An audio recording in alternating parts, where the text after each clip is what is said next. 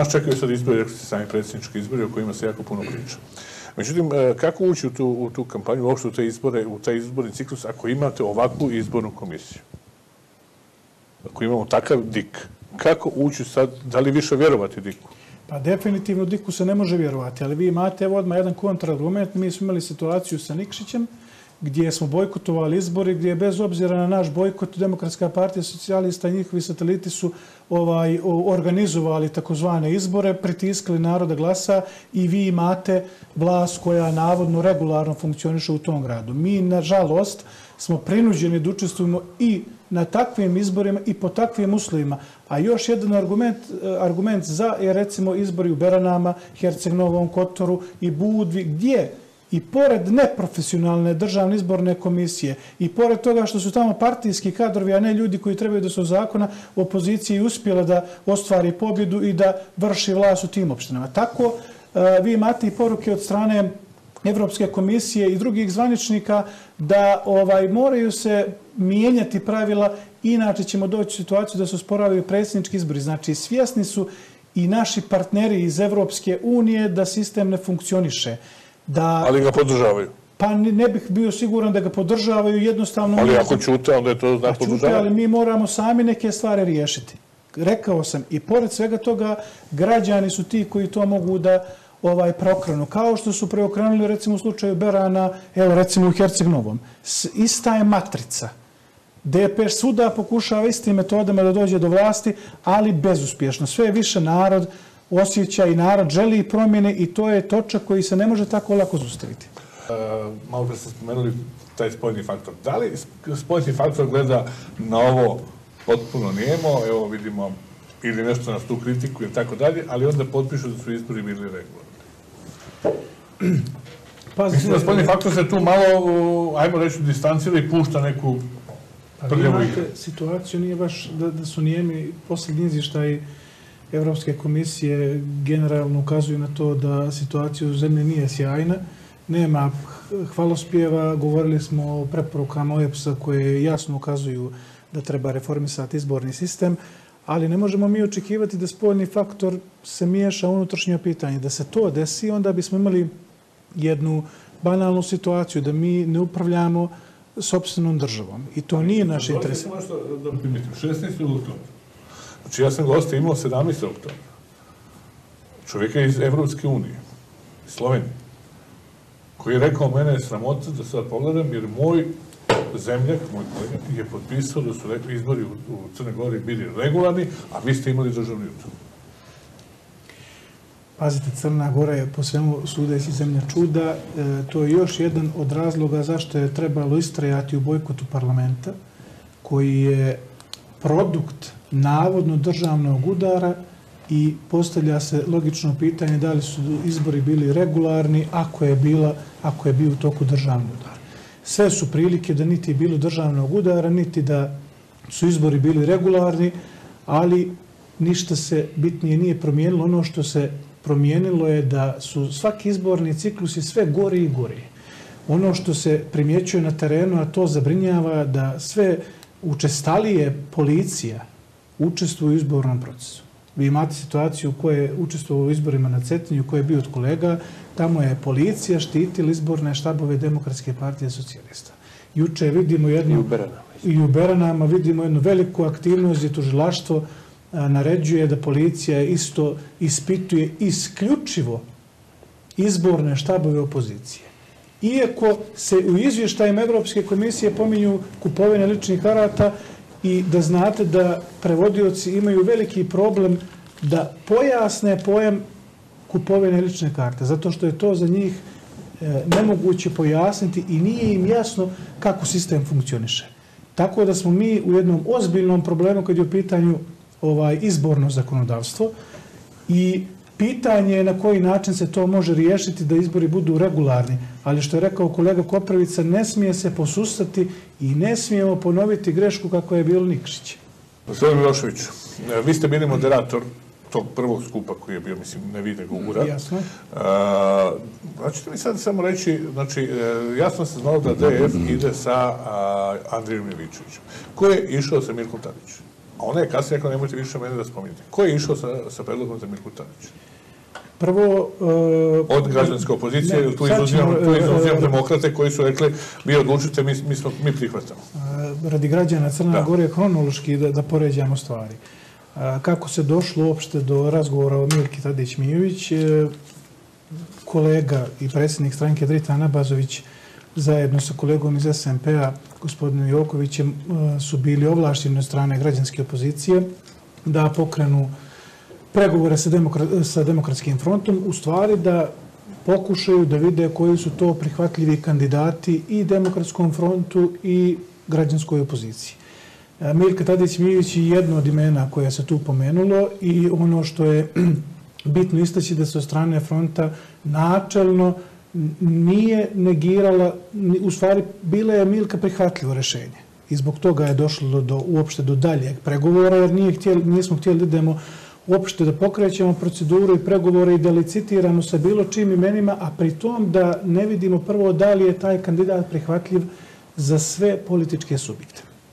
Nakon toga se desio sastanak o kome govorite, gdje je Demokratski front došao i dao određeni ultimatum, a to je da gospodin Jovićević bude kandidat, da njega podržava 18 poslanika i ako je to prihvatljivo, ako nije, da nema ništa od toga.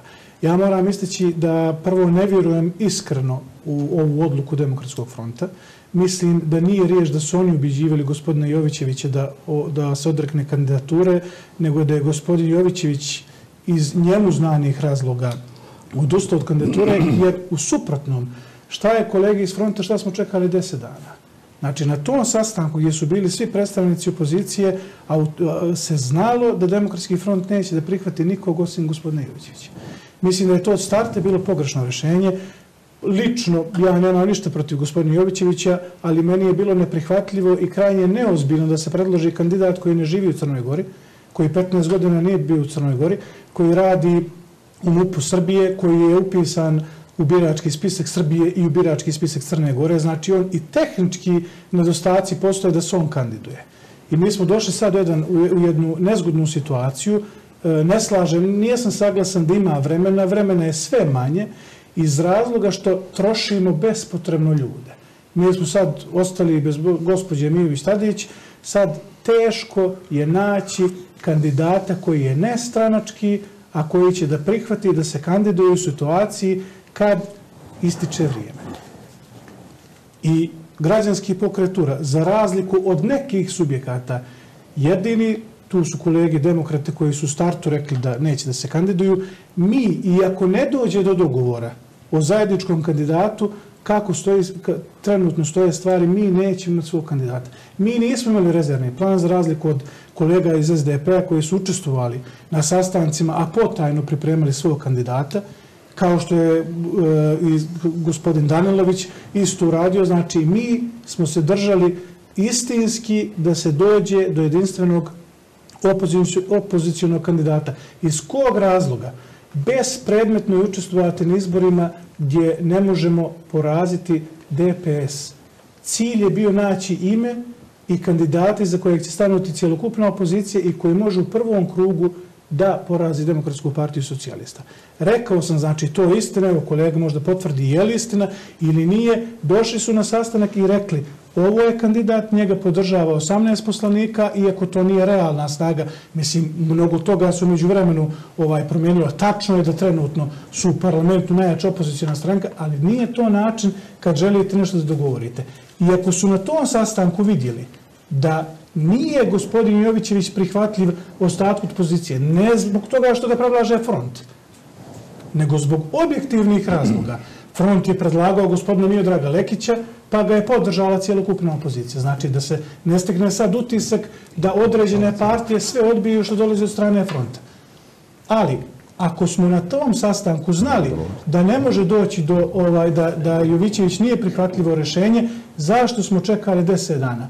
Rekao sam, moj lični utisak je da se ne radi o tome da Demokratski front je ubjeđivao gospodina Jovićevića, jer vi, ako se sjećate, prvi javno koji je pozvao gospodina Jovićevića da povuče kandidaturu je gospodin Dritan Abazović. Što se tiče građanskog pokretura, apsolutno se zalažemo da dođe do jedinstvenog kandidata. Moj stav je iznošenje bilo nekih činjenica da smo mogli možda na drugačiji način da dođemo do ove odluke i prioritet broj 1 je da što prije opozicija sjedne za isti sto i da se predlože ozbiljni kandidati, 1 ili 2 da se razmotri ko je taj ko može da ugrozi Demokratsku partiju socijalista. I to je najveći prioritet. Prihvatate li vi u tom slučaju, kako dođe do toga, da dvotrećinska većina bude ili kako? Odmah da vam kažem, znači treba stvari da se konsenzusom donesu. Dvotrećinska većina trenutna u parlamentu nije odraz dvotrećinske većine kako sad stoje stvari. Evo ako ćemo da idemo od izbora do izbora. Evo pogledajmo Berane, posljednje izbora. Evo pa ne možemo izmeriti... Zaključite šta vi god zaključite na Berane, ja potpisujem. Možemo pogledati CETI, možemo pogledati Herceg Novi Budu i tako dalje. Ne govorim, suština je da nađemo kandidata koji je prihvatljiv i Demokratskom frontu, i URI, i SDP-u, i demokratama. I još jedna bitna stvar, predsjednik SDP-a Ranko Krivokapić i gospodin Krivokapić je na glavnom odboru ostavio prostor. Znači nisu zakucane određene kandidature i to je jako važno da ukoliko dođe do zajedničkog kandidata, da svi, znači da se svi povuku, uključujući i nestranačke kandidate poput profesora Blažića i nekih drugih, da povuku kandidature. Apel je da što prije, evo ja predlažem da Demokratski front inicira sastanak na kojem će se okupiti opozicije i da se što prije sjedne, jer nema baš previše vremena. U jedan front protiv sve ove pošasti, ako mislite na naš narod i na nas. To vam građani kažu, sad ja čitam sve opoziciju. Saglasni. Da. Za opoziciju zašto podržite profesora Đorđe Blažića, on je nezavisni kandidat, narod ga voli i u Nikšiću i, kaže, vrlo rado će glasati za njega. Šta mislite o Blažiću? Izvolite. Pa evo ja konkretno, što se tiče profesora Blažića, nemam izgrađen stav. Nije kandidat koji je prihvatljiv opoziciji i sama ta činjenica nismo ulazili u tu priču jer profesor Blažić je kandidaturu objavio bez ikakvih konsultacija, nije bilo nikakve veze između njega i opozicije. I još jedan vrlo bitan detalj da kažem, pomenuli ste prije gospodina Mladena Bojanića, mislim da je u pitanju jedno dobro rešenje potencijalno i ne treba lako isključiti gospodine Bojanića iz pregovora, ali evo vidit ćemo na tom sastanku šta će se dešavati. Neugodno je licitirati sa imenima, nadam se što skorijem sastanku i što prije da ćemo dati ime i prezime kandidata. Nije dobro da potenciramo sad ove teme koje nas dijele. Naš prioritet je da se što prije sjedne i dogovori i nisam zadovoljan što ovo sad ide u ovom smjeru. Treba da se spusti lopta i treba da opozicija se ozbilji i da što prije nađemo zajedničkog kandidata. Samo ću vas jednu rečenicu pitati, pošto će to biti tema sljedeće emisije gdje ću pokušati da okupim kompletnu i scenu političkog Herceg Novog. Pitanje je oko privatizacije ovog objekta koji je iza gospodina, dakle u institutu, jednom ključnom objektu gdje radi 1000 ljudi i tako dalje. Šta mislite o takvoj privatizaciji koja 4 puta nije uspjela, a država pokušava 5. put?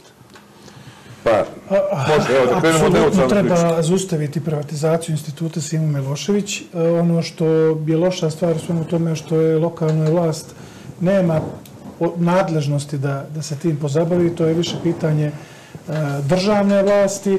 Građani moraju biti aktivni, partije moraju biti aktivne i iskoristiti sva moguća van institucionalna sredstva da se spriječi privatizacija institucija Milošević. Da li, ako se ne dogovorite, svako bude imao svog kandidata, da li sada dajete riječu da ćete, ako se krene u drugi krug, podržati bilo kojeg iz opozicije koji bude tu? Kažete vi? Dijelimo stavove, tu nema dileme. Kandidat koji može da porazi kandidata Demokratske partije socijalista svakako će da ima apsolutnu podršku. Sve ostalo bi bilo neočekivano, nepotrebno, tako da ipak stranački organi u svim strankama o tome donose odluku, ali to je ono što je realna situacija. Hvala puno.